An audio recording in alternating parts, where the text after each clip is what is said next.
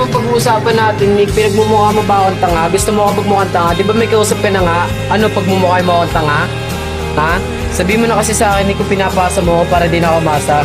Bakit, Nick, sa part bakit hindi naintindihan? Eh kahit nga ayoko yung mga bagay-bagay, iniintindi ko kasi nga mahal kita at ayaw kita mawala.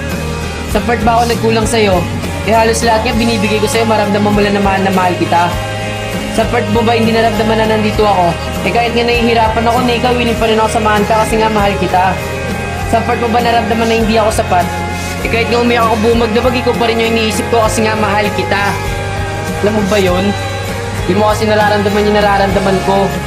Ano bang gusto mong sabihin sa akin? Sino ba yung kausap mo? Wala, kaibigan ko lang yun. Kaibigan. Kaibigan ko nga lang. Mga pinaglolo ko, Nick. Alam mo, Nick, di naman ako nasasaktan kung may kausap kang gabi.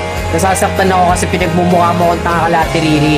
Pinagmumukha mo akong tanga kala Sir. Pinagmumukha mo akong tanga sa lahat ng mga tao dito. Ano na papaya? Kailan kita pinaya? Manid ka ba talaga, ha? Sabi mo nga sa akin kung manid ka. Alam ng mga tao dito kung gaano kita kagusto. At alam ko rin sa sarili ko kung gaano kita kamahal. Kaya huwag mo pinagmumukhang tanga. Alam lahat ng mga tao dito, Nick, na gusto kita. Paano, Nick, pag nalaman nila na may kausap kang iba, sa tingin mo ba hindi ako mapapaya? Sa ginagawa mo ngayon, mas lalo mo pinagmumukhang tanga eh. Ha? Saan banda doon? Eh, wala naman tayo. Naganyan na lang pa talaga yung tingin mo sa akin, Nick. Kasi ako hindi. Nire-respeto kita. Alam mo, Nick, sa totoo lang, marami akong pwedeng kausapin, pero hindi ko ginagawa kasi nire-respeto kita. Kasi nga mahal kita, alam mo ba yon? Kasi Nick, nakikita nila, Nick, kasi saya natin sa social media. Tapos may ikita nila, may kausap akong iba. Sino mapapahiya, di ba ikaw?